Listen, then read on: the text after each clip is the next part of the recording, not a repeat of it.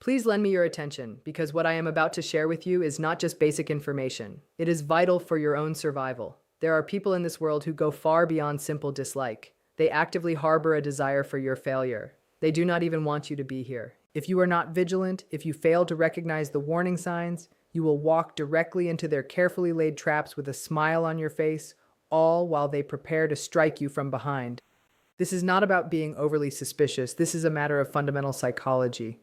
Narcissists, those individuals burdened with deep-seated issues, operate with a level of hostility and calculated planning that most genuinely good people simply cannot imagine. The truly terrible reality is that your own inherent goodness is exactly what makes you an easy target. Today, we are going to examine 6 hidden signals, 6 markers that show, sometimes in the smallest of actions, when a narcissist does not just feel bitter toward you, but truly desires your destruction. Learning to see these signs can help you guard yourself, potentially even saving your well-being psychologically, socially, and sometimes even physically, because the danger is absolutely real. They turn your good qualities into weapons against you. This is one of the most unsettling aspects of how narcissists try to control other people. It is so subtle that most individuals do not see it happening until it is far too late. Consider this idea for a moment. The traits that make you admirable, the very things that form the basis of your personal strength, your kindness, your loyalty, your empathy, your capacity to forgive, and your drive to see the best in everyone. These are the exact qualities that a narcissist will pinpoint, target, and then exploit for their own advantage. And they do not use them by accident, as if they simply stumbled upon an easy opportunity. No. They do it purposefully and strategically, with a strong instinct that feels like a predator hunting. They can sense your good nature, much like a shark smells blood in the water. When you are kind, they will lean on that kindness, not with gratitude, but with an intense feeling of entitlement. You will find yourself agreeing to things you actually want to refuse because your kindness has been turned into a restriction around your own neck. When you are loyal, they will constantly test the limits of that loyalty, breaking your trust over and over again just to see how far they can push you before you finally decide to walk away. Because you value loyalty, you will hesitate to leave. You will make up excuses for them. You might think that perhaps they will change, or that they did not mean it, or even that it is somehow your fault. They are fully aware of this, and they depend on it.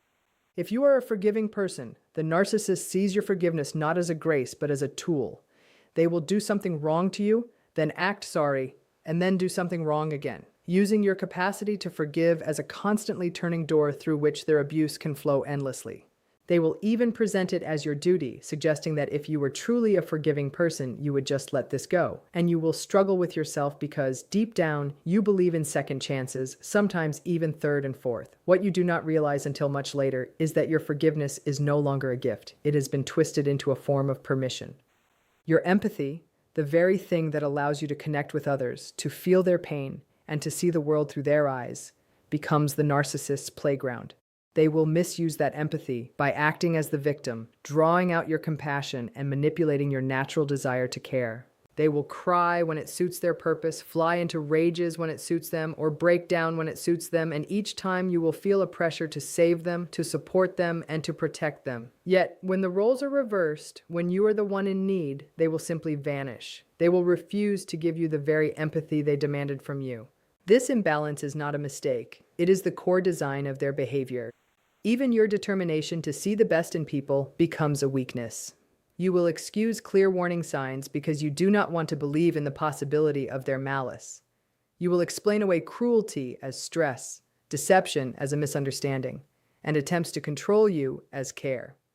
This is where the narcissist thrives because they know you will change your perception of reality to keep your ideals intact. They know you will sacrifice your own sanity to maintain the image of them you once believed in. They know you will rewrite the story to keep your hope alive. And every time you do that, they increase their hold on you. This is the central psychological trick. They reverse your strengths into weaknesses. They do not attack you where you are already weak because that would be too easy to spot. Instead, they wear down the very foundations of who you are. They make you question if kindness is just naivety, if loyalty is just foolishness, if forgiveness is a flaw, and if empathy is a form of self-betrayal. Over time, you stop trusting your own good qualities. You start to doubt yourself, seeing your best traits as problems. When you lose faith in your own goodness, you lose the core of your identity. That is how they drain your strength, not by overpowering you, but by causing you to disarm yourself. The sad truth is that most victims do not see it happening until years have gone by. They look back and ask how they allowed this to continue for so long. The answer is brutally clear. You allowed it because you were a good person, and that very goodness was used against you. Not by accident, but by someone who understood, perhaps better than you did, just how powerful that goodness was. They take greater pleasure in your failures than they do in their own successes. This is one of the clearest views into the mind of a narcissist because it shows not just their insecurity, but their deep-seated hostility toward your very existence. Most people feel envy occasionally, but healthy envy usually comes with a bit of shame. If a person you know buys a new car, you might feel a sudden spike of jealousy, but you do not actually hate them for it. You recognize that the feeling comes from your own sense of lack, and you eventually move on. A narcissist is different. For them, your success is a fundamental threat. It completely ruins the shaky story they have created about themselves as being superior, flawless, and always on top. Every time you achieve something, it does not just bother them, it wounds them. It tears at the thin illusion of their self-belief. So, what happens instead of them celebrating their own wins? They pour their emotional energy into celebrating your losses.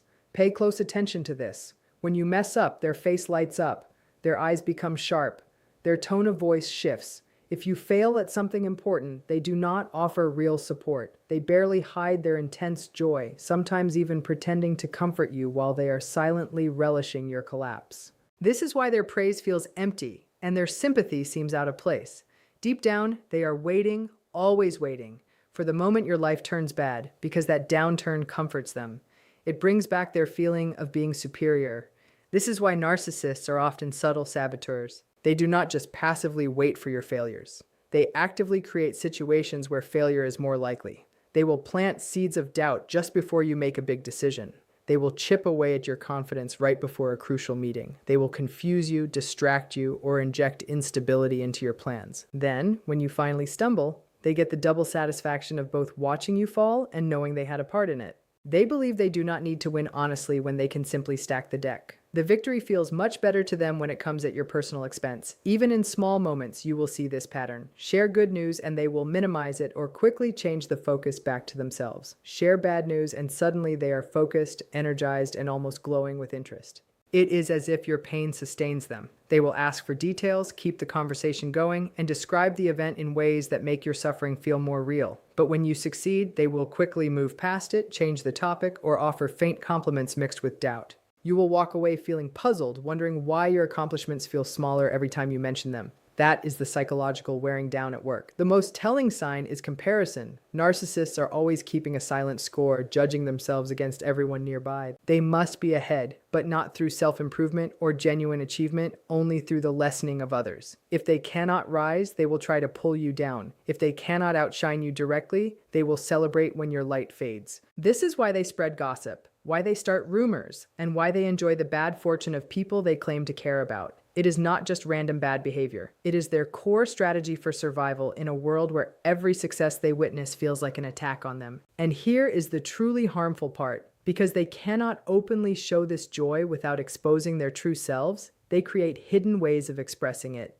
It might be a smirk they try to conceal, a casual comment that hits you like a dagger, or a strange silence at a moment when any normal person would offer encouragement. Over time, you learn to notice these tiny reactions, and they start to bother you. You begin to question whether the person next to you is secretly hoping you fail. That doubt slowly ruins relationships from the inside, creating a feeling of isolation and suspicion, which is exactly the state the narcissist wants you in, unsure, self-doubting, and cut off from real support. The celebration of your failures is not just cruel and pointless, it is their life source. It confirms their superiority, reestablishes their shaky control, and fuels their contempt for you. It also clearly shows their inner emptiness. A person who is secure in real strength, real capability, and real self-respect does not need others to fail in order to feel alive. The narcissist does, and that craving is unending. They will never be satisfied with your setbacks. They will always desire the next collapse, the next blunder, and the next proof that you are not better than they are. They transform silence into psychological warfare. Most people think of communication as spoken words, arguments made, or discussions held. But with a narcissist, silence is as much a weapon as speaking. They use it to upset you, to gain control, and to shift the power balance in the relationship, without saying one single word. It is not the silence of peace, nor is it the silence of thinking. It is the silence of strategy. They use it like a sharpshooter uses a rifle, carefully, deliberately, and with the full intent of causing you the most suffering. When a narcissist becomes silent, it is rarely accidental. They stop communicating, not because they have nothing to say, but because they know exactly how you will react. They understand that your mind will race, your anxiety will hit its peak, and you will replay every recent interaction to figure out what you supposedly did wrong. Their silence forces you into a state of deep self-doubt, as if you are being judged without ever being told what the specific accusation is. You are left asking yourself if you said something offensive, if you did something wrong, or why they will not answer you. The narcissist relies on this downward spiral because every single moment you spend doubting yourself is a moment they grow stronger within the relationship. The silent treatment is probably the most common example of this tactic. They disappear emotionally and sometimes even physically, leaving you in a blank space of total uncertainty. Hours, days, or even weeks can pass without any explanation. During that time, they are not wondering how you feel. They know exactly how you feel. That is the entire purpose of the behavior. The discomfort, the nervousness, and your desperate need for a resolution all feed their sense of power. By refusing to communicate, they make you chase them. They force you to beg for small crumbs of attention, making you lower your own self-worth just to get the connection back. What started as their withdrawal ends with your pursuit, and in that reversal, they find their victory. It does not end there, however. Silence can also happen right in the middle of a conversation. You might be speaking honestly, opening up about something deeply personal when they suddenly shut down. They do not do this with an angry outburst or a heated argument, but with a blank, unmoving wall. They leave your words hanging in the air without any reply or acknowledgement. This indifference is crushing because human beings are naturally wired to seek a response and to be recognized. By denying you even the simple acknowledgement of your voice, they make you feel insignificant. They communicate that your feelings do not matter, your thoughts do not matter, and ultimately that you do not matter. They achieve this entire message without saying a single thing. Silence can also be timed precisely to maximize your insecurity. Right after a disagreement, when most people would try to resolve things or at least talk it through, they go quiet. It is not because they need time, but because they know you desperately want closure. Their silence stretches out your discomfort, prolonging it until you simply cannot stand it anymore, until you apologize just to make the tension stop. They win the conflict without ever having to argue because their silence forces you to surrender. Even in group settings, silence can be used aggressively. A narcissist might ignore you in front of others, refusing to talk to you while being overly friendly to everyone else.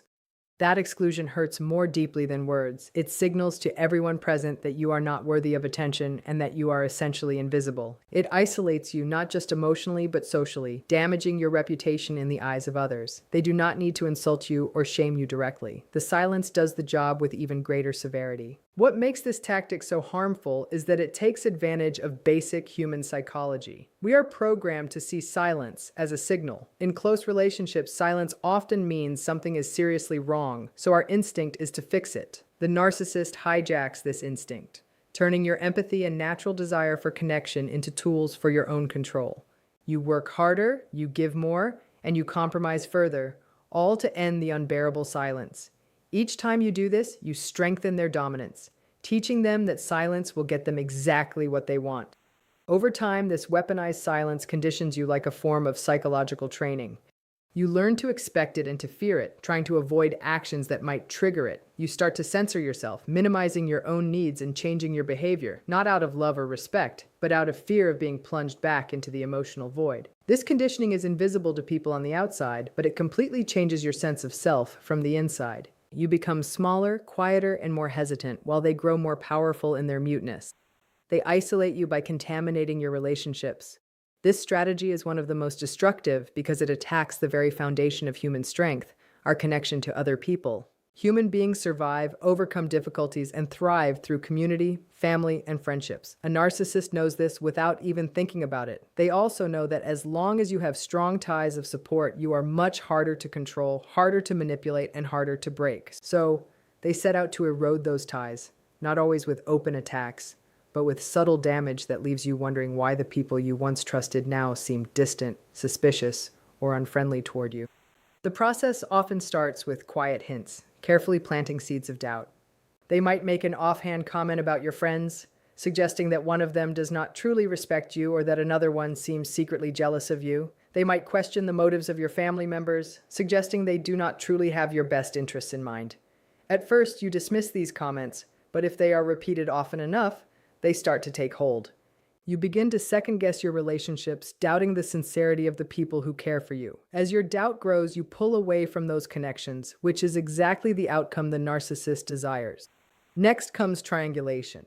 This is when they intentionally turn people against each other, creating conflict where none existed before. They will tell you one version of a story and tell someone else a completely different one, positioning themselves as the necessary middle person. You find yourself trapped in drama you did not cause, unsure of who said what, and unsure of who you can trust. This confusion isolates you further because now you feel unsafe confiding in others, afraid of betrayal or misunderstanding. The narcissist becomes the only safe option, even though they are the one orchestrating all the chaos. Smear campaigns are another major weapon in their arsenal. Behind your back, they will gently warp the narrative of who you are. They do not usually start with bold, unbelievable lies right away. Instead, they begin with small distortions, half-truths, and carefully worded stories that make you look unreliable, emotionally unstable, or selfish. By the time you realize what is happening, your reputation has already been quietly damaged in the minds of others. People you once relied on start treating you differently, hesitant, suspicious, and distant. When you confront the narcissist about it, they pretend to be innocent, claiming they do not know why people are pulling away from you. In reality, they have carefully engineered it step by step. Another layer of this isolation comes from them monopolizing your time and energy. They discourage you from spending time with family or friends, sometimes openly with criticism, and sometimes secretly with guilt trips. If you go out, they sulk or punish you later with coldness or accusations. If you invite others over, they create tension, ensuring the experience is unpleasant enough that you avoid repeating it. Slowly, your world shrinks until it revolves almost completely around them. They become the center of your life, not by making it richer, but by cutting off every other source of connection. Technology has made this even easier for them. They can monitor your communications, questioning every text message and commenting on every interaction on social media. They plant suspicion by asking why a certain person liked your post or what you were really discussing in a specific message. At first, it might seem like simple jealousy, but over time, it becomes full-scale surveillance. You start editing yourself online, being careful about how your interactions might be seen. Again, you isolate yourself preemptively to avoid conflict, handing them control without even fully realizing it. The cruel brilliance of this tactic is that by the time you understand what is happening, you often find yourself standing alone. The friends you used to depend on feel far away, and your family relationships have been strained. Even your coworkers do not quite trust you anymore. Because isolation breeds shame, you are often unwilling to admit the extent of the damage. You may even start to believe the narcissist's story that you are difficult, that people do not like you, or that you were never truly valued by others in the first place. This belief traps you further because if you think no one else wants you, you cling more desperately to the very person destroying you. Isolation is not always dramatic. Sometimes it is quiet, slowly creeping, and almost unnoticeable. A comment here, a suggestion there, or a subtle change in their voice when you talk about someone else. But over months and years, these small actions build up into a vast gap between you and the people who once provided you with strength. That is how the narcissist ensures that when they strike the hardest, when they exert the most control, there will be no one left for you to turn to. There will be no one to challenge their version of reality and no one to remind you of who you truly are. They disguise their cruelty as moral superiority. This is one of the most deceptive tricks because it allows the narcissist to hurt you while convincing both you and others that they are doing something honorable or correct. When cruelty is obvious, you can fight back. If someone insults you directly or lashes out at you in anger, at least the malice is clear. But when cruelty is hidden by a mask of virtue, when it pretends to be helpful guidance, correction, or justice, it becomes much harder to identify, harder to resist, and far more damaging to your sense of self. The narcissist thrives on this confusion because it allows them to keep the image of being principled while inflicting wounds that break you down. Consider how this appears in daily life. Instead of outright calling you incompetent, they frame their criticism as helpful advice, claiming they are only telling you this for your own good. The words might sound caring, but the tone, the timing, and the true intention are all designed to chip away at your confidence. They do not want you to improve. They want you to doubt yourself while simultaneously thanking them for pointing out your flaws. This twisted exchange creates a cycle where you absorb the harm and respond with gratitude. which conditions you to accept deeper and deeper levels of disguised cruelty.